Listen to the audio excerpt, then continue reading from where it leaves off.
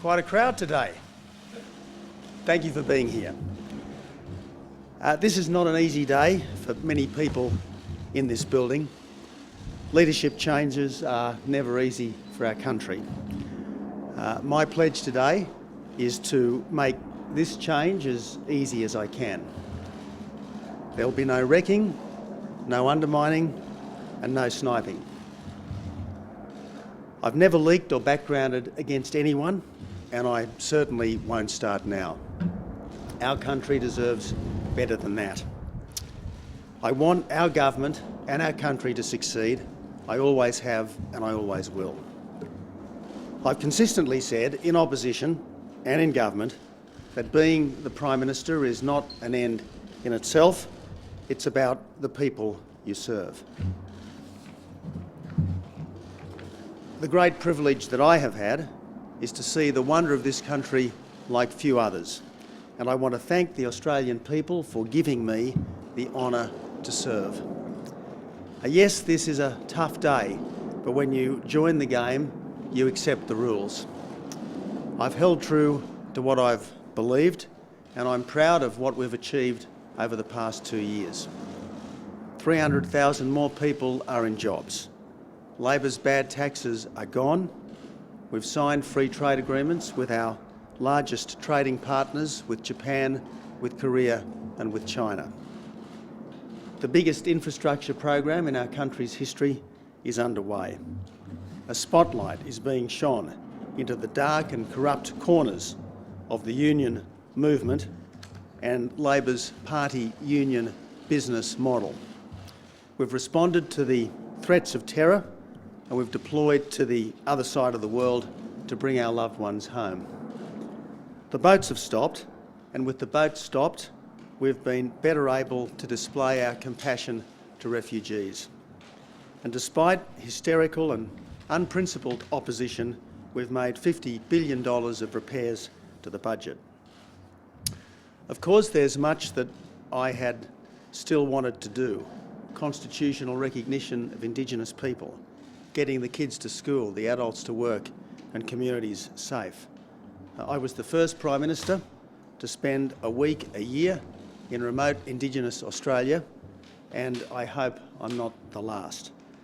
Then there's the challenge of ICE and domestic violence yet to be addressed. Australia has a role to play in the struggles of the wider world, the cauldron of the Middle East, and security in the South China Sea and elsewhere. I fear that none of this will be helped if the leadership instability that's plagued other countries continues to taint us.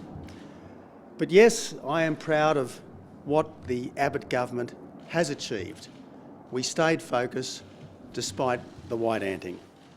Of course, the government wasn't perfect. We have been a government of men and women, not a government of gods walking upon the earth. Few of us, after all, entirely measure up to expectations. The nature of politics has changed in the past decade. We have more polls and more commentary than ever before, mostly sour, bitter, character assassination. Poll-driven panic has produced a revolving door Prime Ministership which can't be good for our country.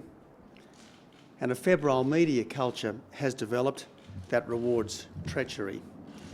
And if there's one piece of advice I can give to the media, it's this: refuse to print self-serving claims that the person making them won't put his or her name to. Refuse to connive at dishonour by acting as the assassin's knife. There are many to thank for the privilege of being Prime Minister. First and foremost, I thank my family for allowing me to be the absentee spouse and parent that politics entails.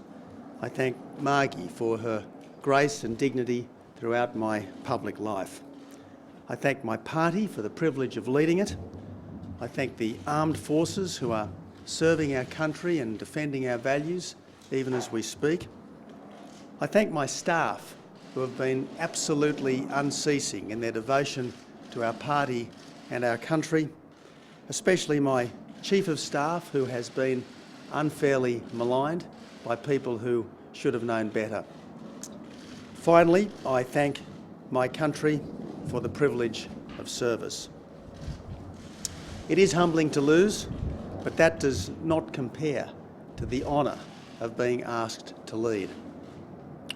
In my maiden speech here in this Parliament, I quoted from the first Christian service ever preached here in Australia. The Reverend Richard Johnson took as his text, "What shall I render unto the Lord for all his blessings to me?" At this, my final statement as Prime Minister, I say, I have rendered all and I am proud of my service. My love for this country is as strong as ever, and may God bless this great Commonwealth. Thank you.